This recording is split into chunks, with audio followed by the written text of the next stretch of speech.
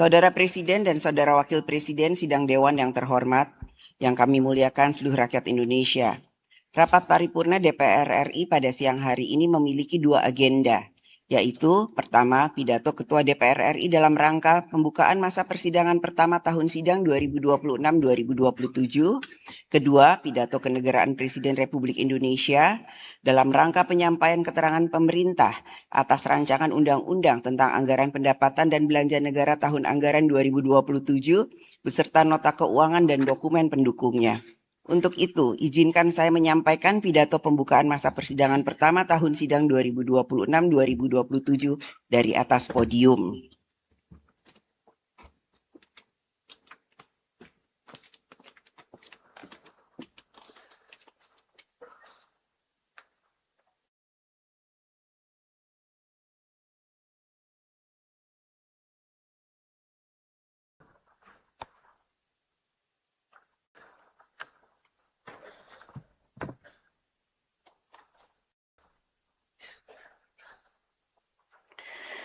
Assalamualaikum warahmatullahi wabarakatuh. Salam sejahtera untuk kita semua, Om Swastiastu, Namo Buddhaya, salam kebajikan. Yang kami hormati, Saudara Presiden dan Saudara Wakil Presiden Sidang Dewan yang terhormat, seluruh rakyat Indonesia yang kami muliakan. Puji syukur kehadirat Allah Subhanahu wa Ta'ala, Tuhan Yang Maha Esa, atas rahmat dan karunia-Nya, sehingga pada hari ini kita dapat melaksanakan rapat paripurna DPR RI dalam rangka pembukaan masa persidangan 1 tahun sidang 2026-2027. Pembukaan masa persidangan ini menandai dimulainya tahun ketiga dari masa bakti DPR RI periode 2024-2029. Memasuki tahun ketiga, harapan rakyat akan semakin besar untuk dapat menikmati hasil pembangunan dan berbagai kebijakan yang semakin nyata dirasakan rakyat dalam kehidupan sehari-hari.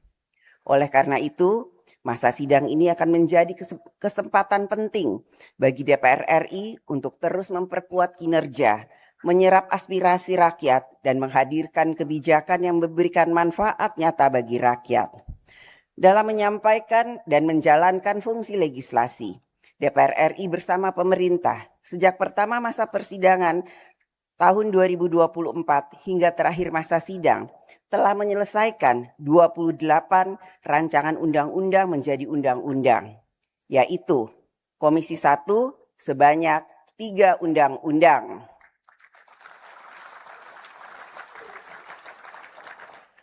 Komisi 2 sebanyak 10 undang-undang, Komisi 3 sebanyak 3 undang-undang, Komisi 6 sebanyak 2 undang-undang, Komisi 7 sebanyak 1 undang-undang, Komisi 8 sebanyak 1 undang-undang, Komisi 11 sebanyak 2 undang-undang, Komisi 13 sebanyak 2 undang-undang, Badan Legislasi sebanyak 3 undang-undang, Panitia Khusus sebanyak 1 undang-undang. Pada masa persidangan ini, DPR RI bersama pemerintah akan memfokuskan pembahasan terhadap 14 rancangan undang-undang pada tahap pembicaraan 1. Selain itu, DPR RI juga akan melanjutkan 43 rancangan undang-undang yang sedang dalam tahap penyusunan, termaksud penyusunan rancangan undang-undang tentang perampasan aset. RUU tentang perampasan aset masih dalam tahap untuk menerima masukan dari masyarakat yang bermakna atau meaningful participation, sehingga dapat memperkuat substansi undang-undang tersebut dan memiliki legitimasi yang kuat. Kualitas pembentukan undang-undang tentu saja tidak hanya diukur dari banyaknya undang-undang yang dihasilkan, akan tetapi seberapa banyak manfaat yang dapat dirasakan rakyat dengan hadirnya undang-undang tersebut. Dalam setiap pembentukan undang-undang selalu terdapat dinamika politik, baik antar fraksi, antara DPR RI dan pemerintah, maupun dinamika dalam mengartikulasikan aspirasi kelompok masyarakat.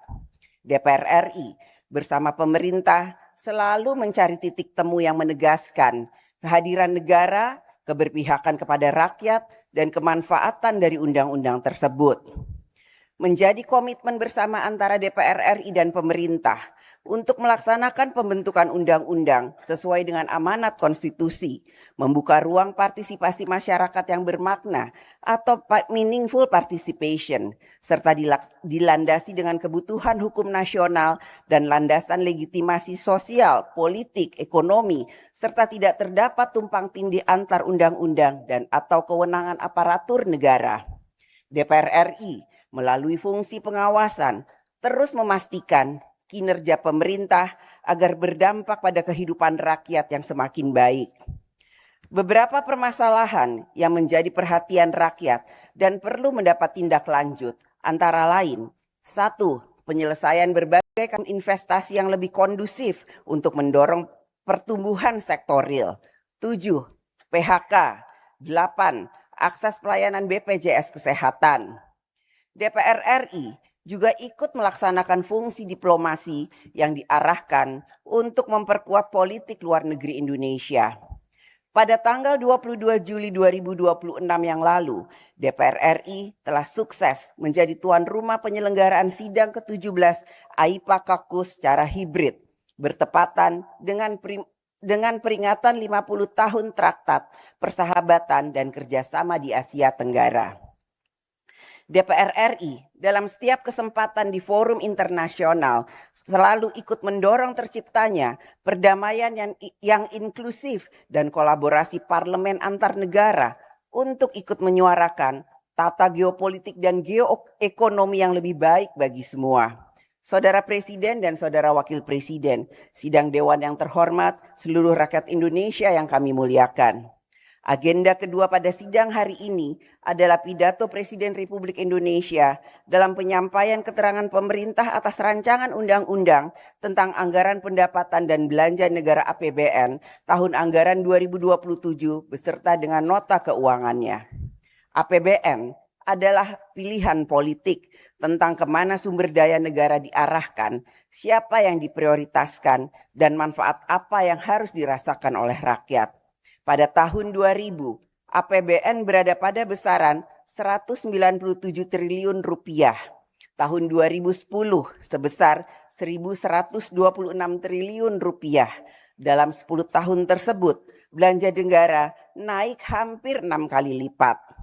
Pada tahun 2026, APBN sebesar 3.842 triliun rupiah, naik hampir 20 kali lipat dibanding tahun 2000. APBN tahun 2027 yang sebentar lagi akan disampaikan oleh Bapak Presiden, bisa jadi APBN kita sudah mendekati besaran belanja 4.000-an triliun rupiah.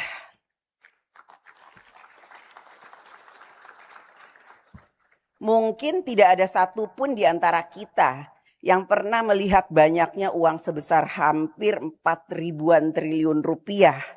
Angka itu begitu besarnya, bahkan sangat besar.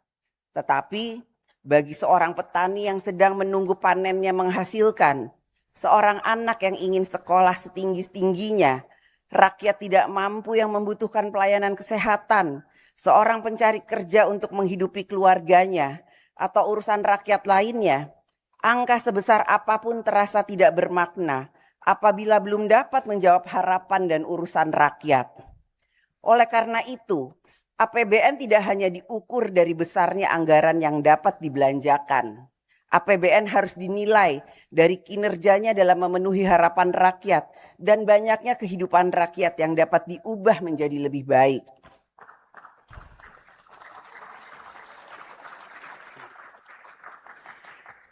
Tema kebijakan fiskal tahun 2027, tumbuh lebih tinggi, sejahtera lebih cepat, harus dimaknai sebagai komitmen untuk mempertemukan pertumbuhan dengan pemerataan, kemajuan ekonomi dengan keadilan sosial. Program kerja prioritas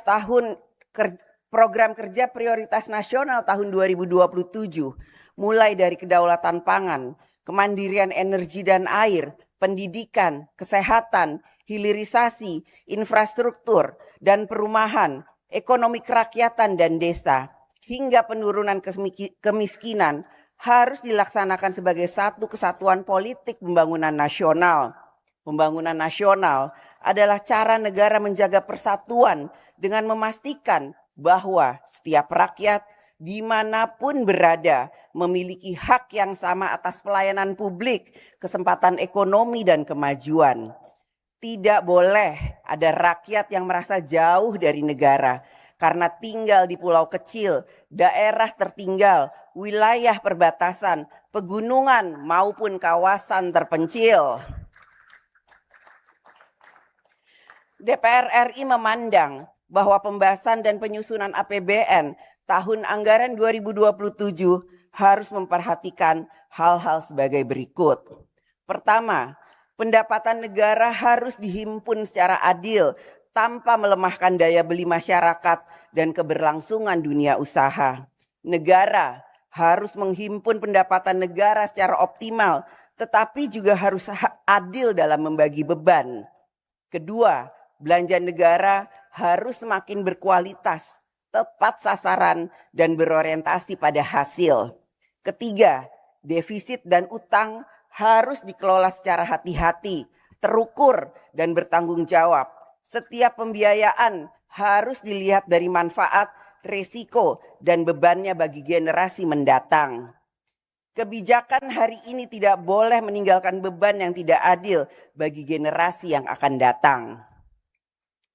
Keempat, transfer ke daerah harus benar-benar memperkuat pelayanan publik, ekonomi lokal, dan pemerataan pembangunan.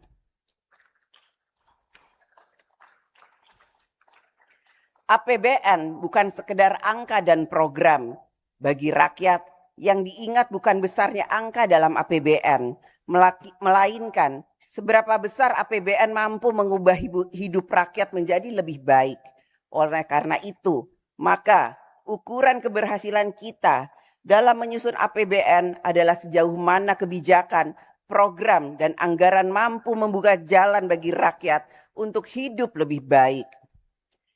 Di tengah ketidakpastian global, persaingan geopolitik, fragmentasi ekonomi, dan derasnya arus informasi, kita harus menjaga ruang publik agar tidak dikuasai oleh politik kebencian, polarisasi, dan kepentingan yang memecah belah.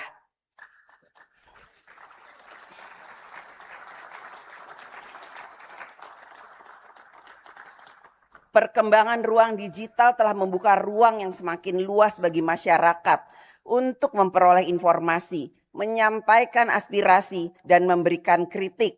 Namun, derasnya arus informasi juga membawa tantangan tersendiri, yaitu berupa disinformasi, hoaks, serta konten yang dimanipulasi atau dilepaskan dari konteksnya, yang dapat memperuncing polarisasi dan mengaburkan batas antara kritik yang membangun dengan provokasi yang memecah belah.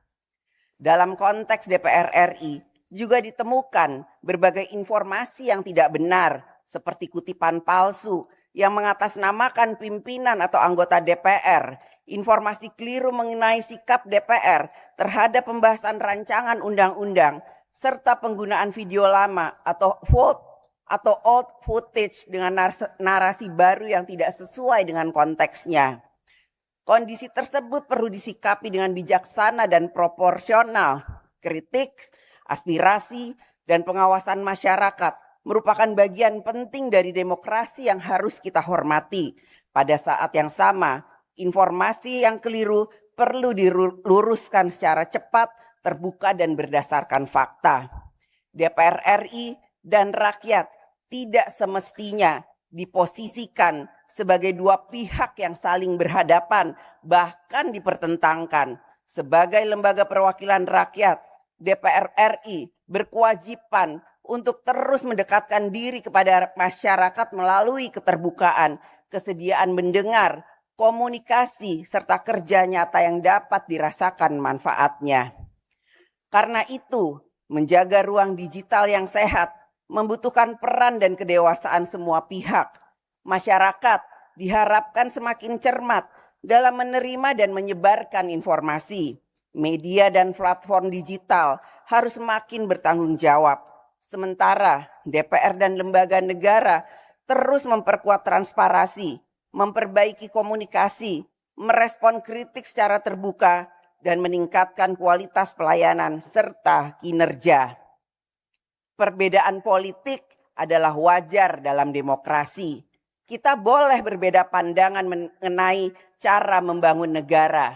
Namun, kita harus bersatu dalam tujuan melindungi rakyat, memperkuat kedaulatan, memajukan kesejahteraan, dan mewujudkan keadilan sosial. Persatuan juga menuntut adanya kepercayaan rakyat kepada institusi negara. Kepercayaan hanya dapat tumbuh apabila kebijakan negara dirasakan adil, pelayanan publik semakin baik, hukum ditegakkan, anggaran dikelola secara transparan, dan kekuasaan dijalankan sebagai amanah. Karena itu, tata kelola pemerintahan, pelayanan publik, pemberantasan korupsi, kepastian hukum, dan pengawasan yang efektif merupakan bagian yang tidak terpisahkan dari politik pembangunan dan politik anggaran negara dalam APBN tahun anggaran 2027. Marilah kita wujudkan APBN tahun anggaran 2027 sebagai instrumen politik pembangunan yang menghadirkan negara dalam kehidupan rakyat, memperkuat keberpihakan negara kepada rakyat, dan meningkatkan manfaat pembangunan bagi semua. Jangan pernah kita biarkan rakyat menunggu. Kita, DPR RI, pemerintah, lembaga-lembaga negara, TNI, Polri, yang telah ditugaskan oleh rakyat, haruslah bergotong royong, bekerja cepat, tepat, dan berdaya guna untuk rakyat. Saudara Presiden dan Saudara Wakil Presiden, sidang Dewan yang terhormat, seluruh rakyat Indonesia yang kami muliakan. Tanggal 17 Agustus 2026, Indonesia akan merayakan hari ulang tahun ke-81 tahun.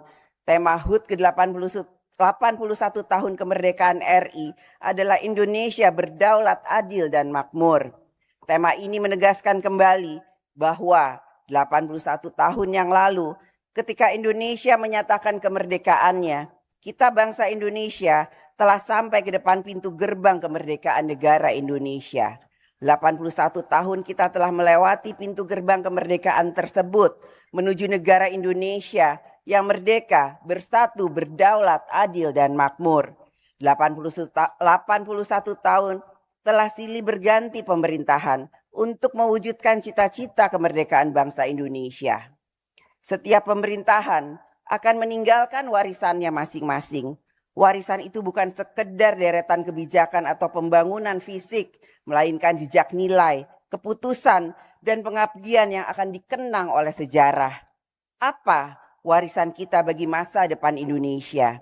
Seiring berjalannya waktu, generasi-generasi peneruslah yang akan menguji nilai sejati dari setiap warisan tersebut. Mereka akan menilai apakah langkah-langkah yang diambil benar-benar membawa bangsa Indonesia semakin dekat kepada cita-cita kemerdekaan, menghadirkan keadilan, kesejahteraan, persatuan, dan martabat bagi seluruh rakyat Indonesia. Membangun Indonesia sebagai bangsa yang besar bukan hanya memerlukan sumber daya dan kebijakan yang tepat, tetapi juga pondasi yang paling mendasar, yaitu persatuan dan kesatuan. Di tengah keberagaman suku, agama, budaya, bahasa, dan pandangan politik, maka kemauan dan kemampuan kita untuk tetap berjalan bersama, bergandeng tangan, merupakan kekuatan terbesar bangsa Indonesia. Persatuan bukanlah keadaan yang lahir karena kita sama, melainkan pilihan untuk tetap bersama walaupun kita berbeda. Persatuan dan kesatuan bukan sekedar cita-cita, melainkan prasyarat bagi keberhasilan pembangunan nasional. Tanpa persatuan dan kesatuan, setiap upaya pembangunan akan menghadapi tantangan yang semakin berat. Perbedaan mudah berubah menjadi perpecahan, kepercayaan sosial melemah, dan energi bangsa habis untuk menyelesaikan konflik. Sebaliknya, ketika seluruh anak bangsa saling percaya, saling menghormati, menjunjung tinggi semangat gotong royong, serta mengutamakan kepentingan bangsa di atas kepentingan golongan, maka pembangunan tidak hanya berjalan lebih efektif, akan tetapi juga mampu menghadirkan manfaat yang besar dan adil bagi seluruh rakyat Indonesia. Keberagaman bukan ancaman bagi persatuan, tapi kenyataan yang harus dipersatukan oleh cita-cita yang sama, tujuan yang sama, rasa yang sama sebagai rakyat Indonesia. Menjadi bangsa Indonesia berarti hidup dalam satu rumah kebangsaan, rumah yang dibangun oleh sejarah, dipersatukan oleh Pancasila, dan diwariskan kepada setiap generasi untuk dijaga bersama.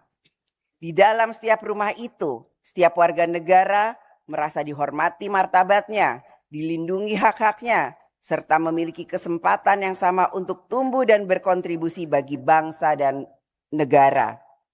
Persatuan dan kesatuan bukan berarti menyeragamkan perbedaan. Persatuan justru memberi makna pada perbedaan. Kita boleh berbeda suku, agama, budaya, bahasa, maupun pilihan politik, tetapi kita memiliki satu tujuan yang sama, berada dalam satu rumah kebangsaan yang sama, berlindung di dalam rumah kebangsaan yang sama. Dengan rasa tanggung jawab kebangsaan yang demikian, maka apapun perbedaan yang kita miliki tidak akan pernah dari kita yang akan merusak rumah kita bersama. Apabila kita merasa ikut memiliki rumah kebangsaan Indonesia, maka pastilah kita akan merawatnya dengan sebaik-baiknya. Sejarah juga mengajarkan bahwa tidak ada persatuan dan kesatuan bangsa yang akan tetap kokoh hanya karena diwariskan. Persatuan harus tetap dipelihara, diperkuat, dan diwujudkan dalam kehidupan sehari-hari. Tanggung jawab untuk merawat persatuan berada di pundak seluruh anak bangsa, terlebih lagi berada pada penyelenggara negara. Setiap kebijakan, setiap keputusan, dan setiap tindakan harus memperkuat keyakinan rakyat bahwa Indonesia adalah rumah bersama, rumah kita, tempat bagi setiap rakyat hidup tentram dan sejahtera. Selama keyakinan itu tetap terjaga, maka persatuan dan kesatuan Indonesia akan tetap kokoh sebagai fondasi bagi Indonesia yang maju, berdaulat dan bermartabat. 81 tahun yang lalu, bangsa Indonesia membuka pintu gerbang kemerdekaan dan memasuki pintu gerbang itu. Sejak saat itu, perjalanan panjang terus kita tempuh untuk mewujudkan cita-cita Indonesia yang berdaulat, adil, dan makmur. Kini, tanggung jawab itu berada di tangan kita semua. DPR RI, pemerintah, seluruh lembaga negara, dan seluruh rakyat Indonesia memiliki amanah yang sama, memastikan setiap langkah, kebijakan, dan setiap ikhtiar benar-benar mendekatkan bangsa dan negara kepada cita-cita kita bersama untuk bangsa dan negara, untuk Indonesia.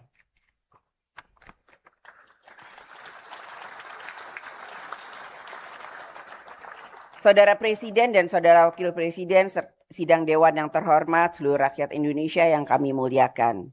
Dengan mengucapkan Bismillahirrahmanirrahim atas nama pimpinan DPR RI, dengan ini saya mengumumkan kepada seluruh rakyat Indonesia bahwa masa persidangan 1 tahun sidang 2026-2027 dimulai sejak hari Jumat 14 Agustus 2026 sampai dengan Kamis 8 Oktober 2026. Marilah kita DPR RI pada masa persidangan 1 ini dapat menghasilkan kebijakan-kebijakan negara yang dapat melindungi rakyat, mensejahterakan rakyat, mencerdaskan rakyat, dan ikut serta dalam membangun tatanan dunia yang lebih baik. Kepada anggota Dewan yang terhormat, selamat bekerja memperjuangkan kesejahteraan rakyat. Semoga Allah Subhanahu wa Ta'ala, Tuhan yang Maha Esa, memberikan rahmat dan bimbingannya kepada kita semua. Terima kasih. Dirgahayu Republik Indonesia. Wassalamualaikum warahmatullahi wabarakatuh. Om Santi, Santi, Santi Om, Namo Buddhaya. Salam kebajikan. Merdeka!